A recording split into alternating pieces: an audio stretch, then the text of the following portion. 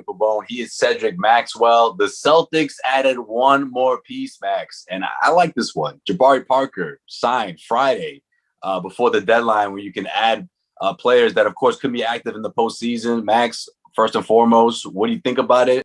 Obviously, Jabari Parker, a wing, he helps that wing position for this Boston Celtics team.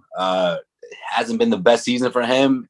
Injuries has plagued his career, ups and downs, but he's shown that he's of course, in his best days, a 20-point scorer and someone that the Celtics could use some of that, right? Someone that can give you some production off that bench. Yeah, I think he can score the basketball still, and I think that's good. 3-point wise, maybe not the most deadly 3-point shooter. Guarding people, I think he could do a pretty good job there. But as much as I like this signing, I think Danny could have gone out and maybe did even better with maybe Jared Sullinger. Man, Big Sully, huh?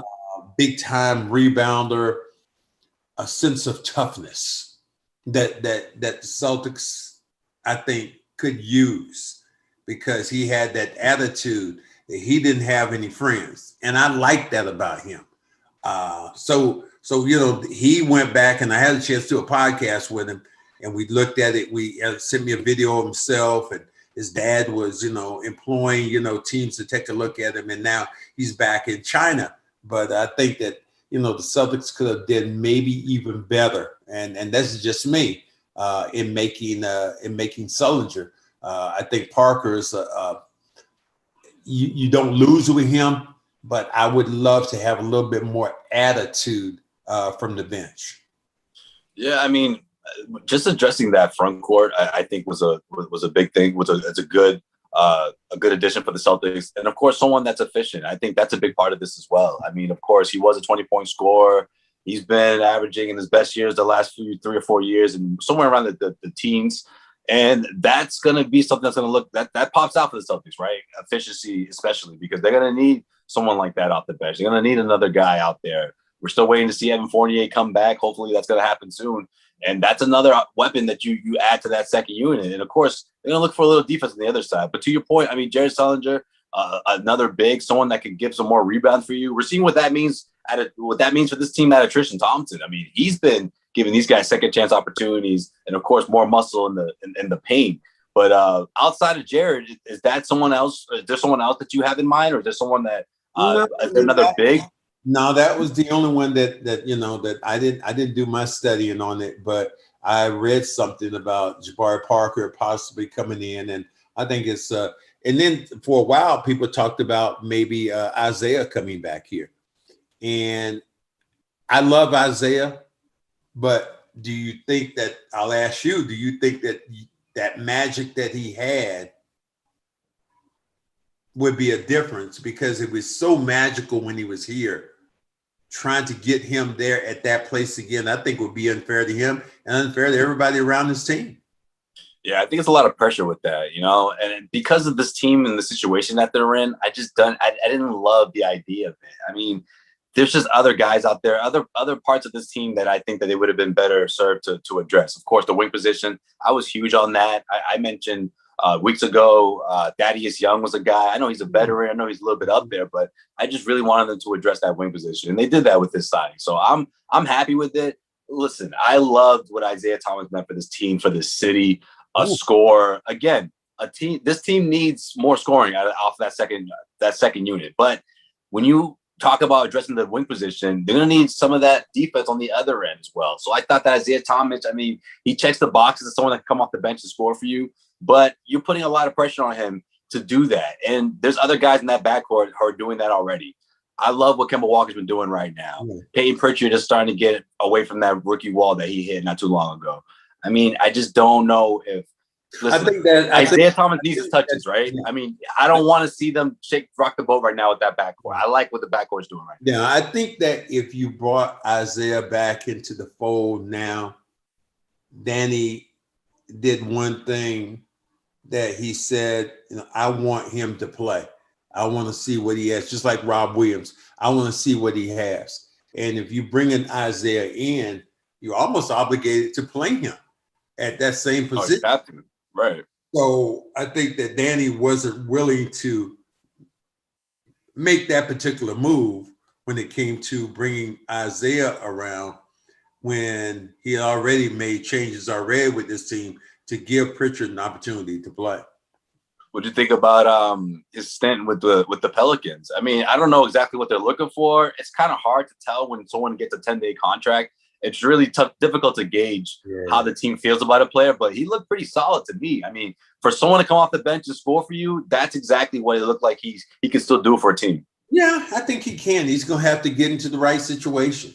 I mean, this is a guy, and the sad thing about it is, man, what a ride that was. What an amazing ride that was. Incredible. Just sit down and watch the little fellow be a first team all NBA or almost got votes for the MVP. He was Right. his year was that explosive. I mean, everybody talks about Dame time, but everybody also talked about it was Isaiah time in the fourth quarter. And he started and I have never seen, and I've been around Celtic basketball a long time, I've never seen the kind of relationship the fans had with another player. As great as Larry was, as great as, Paul was, the connection that they had with the little fellow, that it was surreal to watch, because everybody felt like, it felt like he was a giant killer, and he was the common man, because he was the ultimate underdog. He was the ultimate underdog out there, he was picked last in the draft. David and Goliath. He was David with his slingshot, going slay, and he made the general fan feel like that, and that was really, really cool. I just think it's so tragic to see. Well, I'm not even sure tragic. What word I want to use to see him go unfortunate. Go up so quick, and then to go down at the same speed. Because here's a guy who's on top of the world, who came in here as really not the first pick. He was like, a throw-in, you get him, and he just takes this team to another level. And then he gets hurt, and you trade for Kyrie, and it was totally went downhill. He loses his sister in an auto accident, and just, everybody's heart, bled for him. And to see where he is now, just kind of just hanging on and getting a 10-day contract with teams is just, it's just, to me, it's just sad. It's really sad.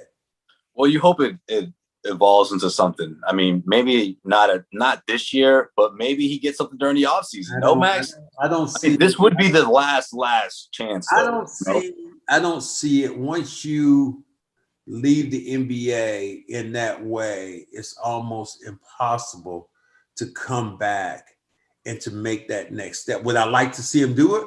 Would love it.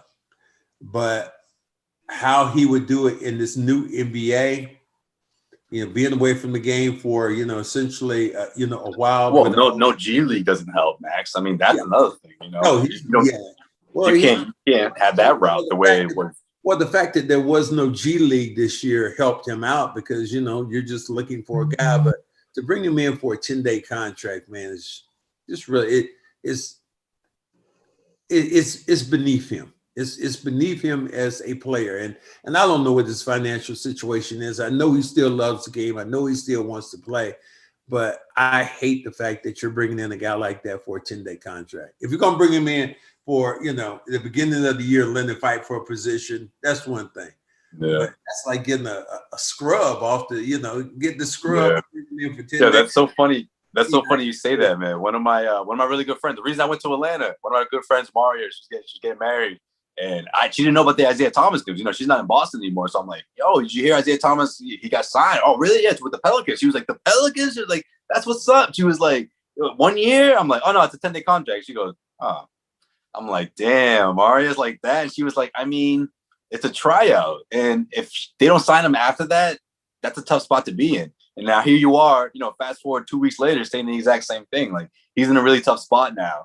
if he doesn't get picked up. Yeah. Think about how many times we've seen guys who are at the end of the bench and get a 10-day contract and going, okay, he ain't gonna really be here. And then he starts playing well. You're going, oh, he gets another 10-day. Oh, Mil man. Palacio, man. Mil Palacio after you hit that shot. Yeah, he got a second 10-day. You know, makes it for you. Now he's here for the year. You go, man, congratulations, man, that you made it. And it's where he was as a player to me is I again, I don't know, and I still know he loves the game, but everybody at some point has to walk away from the game and be satisfied with what they did. It's just so many guards, man. It's such a guard-heavy league. Like, that used to be a cliche, but now it's even more so because of how young these guards are coming in, you know, right out of college. And there's not a lot of teams that are missing guards. If anything, they have too many guards. You know, it's just a tough position to fill. It is. And I was excited because the Pelicans, obviously, that's a team that can fight for the playoffs, you know, being in the mix with those guys, Zion, and, you know, his very last game, they got video of him getting shots up when everybody was long gone, people leaving out of the locker room in street clothes, and Isaiah was still getting shots up, man. So it's tough, man. Yeah. It's tough. I'm crossing my fingers for him, man. I mean, it really this offseason. This offseason is it. He's gonna bust his ass, and he'd be a good trooper, but I just don't see him getting another opportunity that would be beneficial to him. Or again, as I said, it just seems. So, I remember my last year in the league, and I played with Houston, and Houston waived me. Well, I was traded to Washington for a salary cap, and Washington didn't want me. And my attorney said, "Yo, you want to play with Philly?" And I was like, "No, man." Yeah, but it's so tough when you peak at a top 4 MVP candidate. Yeah. And it was all downhill. It's like one more hurrah, 2 seasons. Can I just prove that I came back? I officially came back. Because when you came back, you never really came back. And that's tough because of an injury, you know? Well, he came back. If he gets surgery, maybe something different happens. If he didn't wait on it, you play the what if games, and I bet you Isaiah's driving himself insane, you know? And he just wants to go out there and prove one last time. Well, I think that, you know, it didn't help when he went to Cleveland because everybody was so like, okay, Cleveland signed him and he's going to be there with LeBron. This is going to be really good. And he was trying to come back from injury, and then finally see him come back. And then you hear about him saying some stuff about Kevin Love in the locker room. When you just get there, you're challenging an established champion. When you get there, you're going, dude, that just is not that's not a good look. It's not going. That's not how you make friends with LeBron. That's not how it goes. It's not going to travel well around the league with you. And I know he didn't have an attitude. Man, he wanted to win, but that message just did not travel well. Yeah, that's true. No, that's a good point. All right, moving on. I'm gonna throw the cliche question. I felt like 2 months ago we were asking each other this question like every 2 weeks on this show, but here it is, a month removed because the Celtics team have fallen so far down to 500 to below 500. They're living that life for quite some time, but here they are. Is this it, Max? Is this the turnaround? You know, is this the cliche line? Is this it? Is it all uphill for the Boston Celtics? The games they have to play, the teams that they beat, could be. They caught the Lakers on the downslide. Obviously, you look at that game. Yeah, man, you're supposed to come through, Max. What happened? And they played so well in that game, and then the second unit was just god awful, and almost lost that game to the point they were up by 20-something points, and with about 5 minutes to go, and the Lakers cut it down to like 6. Yeah, quickly. That was quick. Yeah, and you had to go back in and bring Jaylen Brown in. You had to bring Tatum back in, so that just wasn't a good look. You would have been pissed. You would have been big man. State team that has struggled mightily, but they still have that dude over there that can score. But it seems like this team has a new refined attitude. And that to me is, I think is going to be more on the upside than the downside.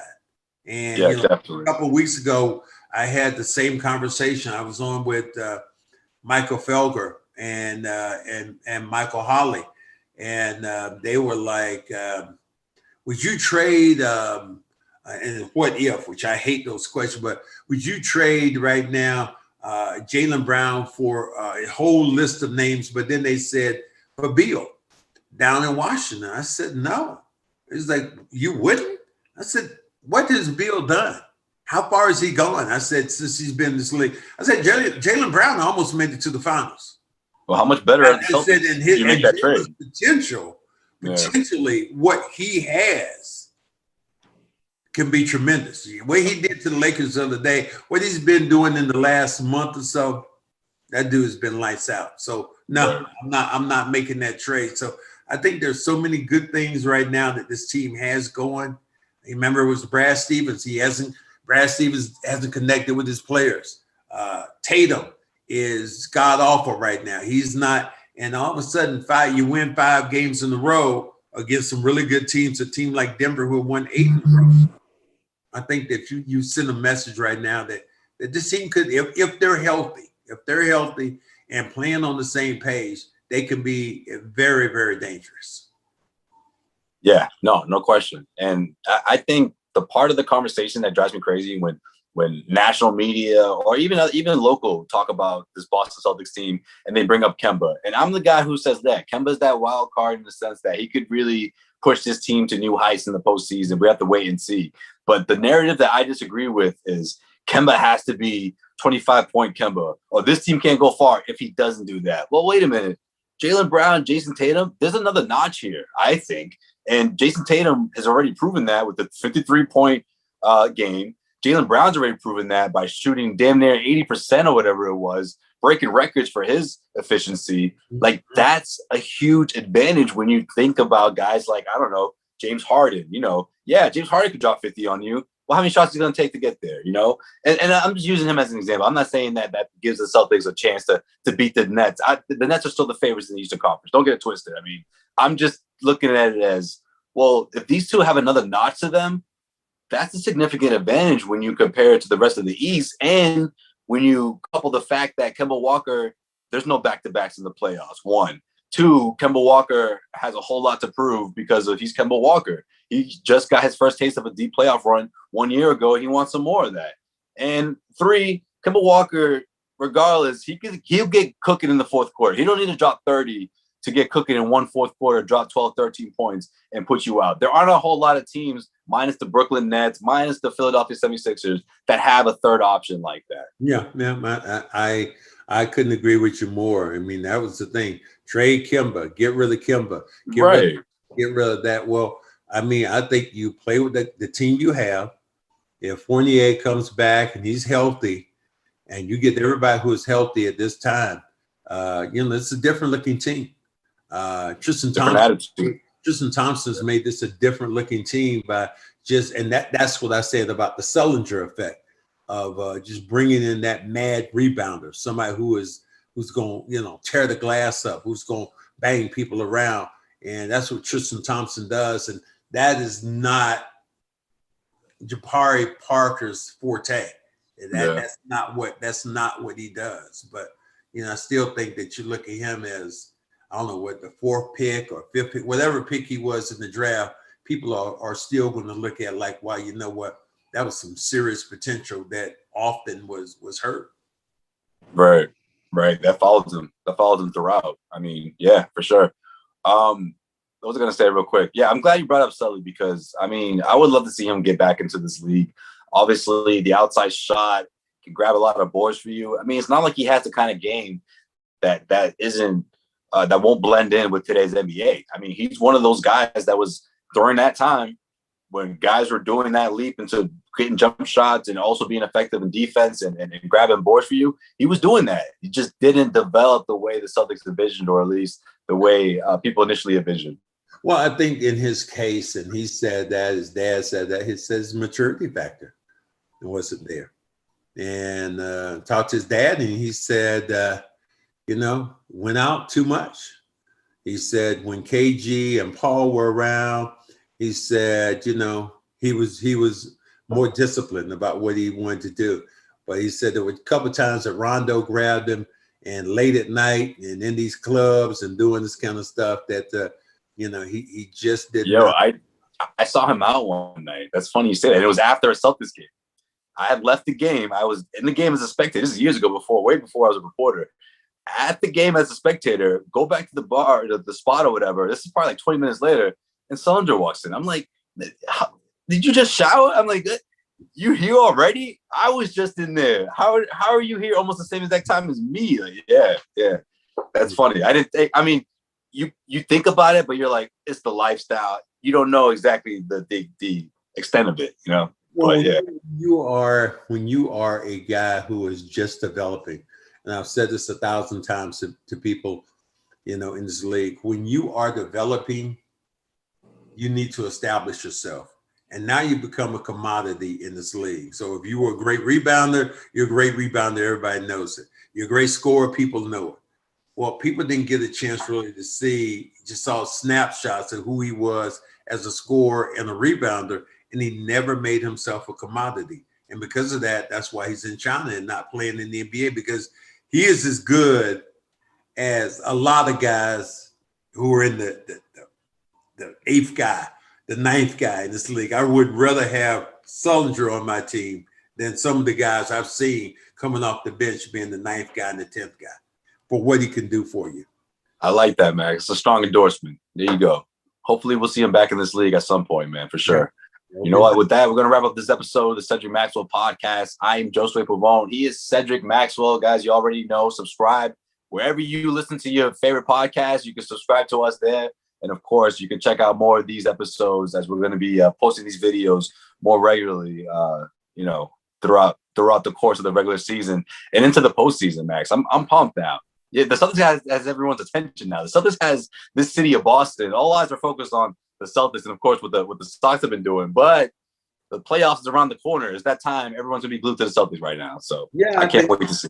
I think that it could be exciting, and it depends on who if they continue to progress and stay healthy, they could do some damage in some of I don't think they're a championship team, but I still believe that I think they're past the first round, maybe a second round, who knows? And it really depends on how they're playing.